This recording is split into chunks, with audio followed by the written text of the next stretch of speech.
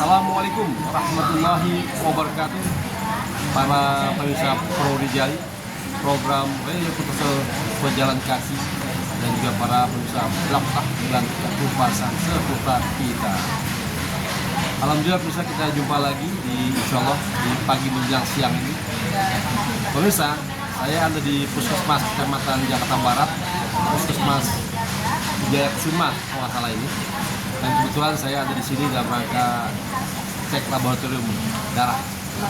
Dan kebetulan ketika sudah melakukan pemeriksaan dan sambil menunggu hasil, saya ditemui oleh seorang petugas dari ahli gizi nih. Nah inilah mereka. Assalamualaikum Mbak. Ya Pak. Kabar Mbak? Sehat ya? Sehat Pak. Mbak, ini bisa ceritakan nggak? Mbak sedang ngapain di sini? Iya, jadi kalau dari atlet ini ada program one stop check Pak. Jadi bisa cek kepadatan tulang gratis dari atlet. Jadi ya setelah cek kepadatan tulang nanti bisa konsultasi gizi juga dari atlet di sini Pak. Sama nanti terakhirnya boleh icip tes susu atletnya gratis. Kalau mau beli susunya juga boleh, kita ada jual juga. Buat kesehatan tulang, sendi dan otot. Oh gitu. Itu menarik nih. Kira-kira permasalahan tulang di Indonesia bagaimana sih Mbak?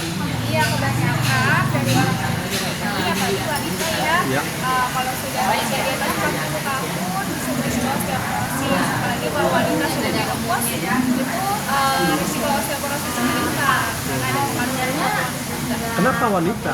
Iya, karena wanita itu pas hamil menyusui kandungannya kan meningkat ya Pak ya. Jadi kalau tidak tercukupi bisa terambil nih kalsium yang ada di tubuh ibunya jadi ke anaknya. Karena anaknya juga membutuhkan. Kalau kita telanjur nanti bisa makin menurun lagi. Apalagi kalau menopause biasanya memproduksi hormon bawah. Apalagi kalau di Indonesia ini banyak kan kurang gerak ya Pak ya. Salah satu faktor risiko juga kurang berjemur atau vitamin D, kalsiumnya udah berkurang.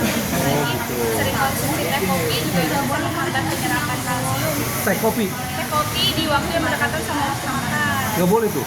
Lebih baik dijeda aja. Oh dijeda? Iya, Oh teh kopi nggak boleh ya? Iya dijeda aja. Dijeda. Masih boleh konsumsi tapi dijeda biar penyerapan zat gizi di makanannya bisa lebih maksimal.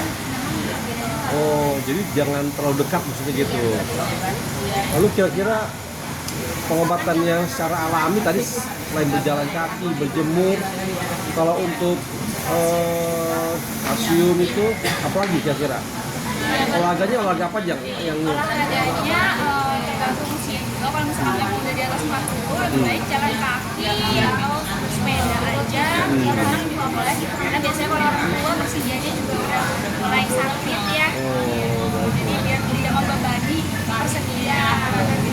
Ngomong-ngomong, nama Mbak siapa nih? Pak Maisa belum tahu nih. Teh Dewi. Mbak Dewi. Mbak Dewi ini dari Akademi Gizi. Saya dari lulusan S1 Gizi. Waduh, ini kalau kita dengar gizi kadang-kadang sudah juga kaget tuh karena kalau nggak salah bangsa Indonesia kan lagi fokus masalah makanan gratis bergizi ya. Kira-kira dari makanan ada nggak pengaruhnya terhadap tulang bagi yang pertumbuhan ini? Betul, karena padatan tulang itu namanya butuh kalsium ya.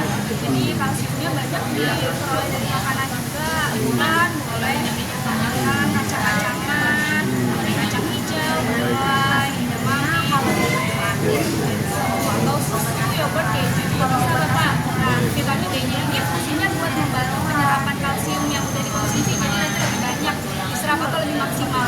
Jadi itu kinerja kolaborasi tuh ya antara kalsium sama vitamin D. Vitamin bagus buat dan nyerapnya bagus. Iya, betul.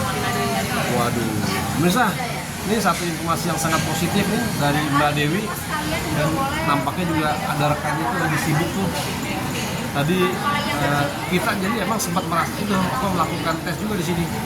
Jadi dibantu oleh masnya itu tadi pakai alat seperti itu tuh. Bone densitometer namanya. Apa deh?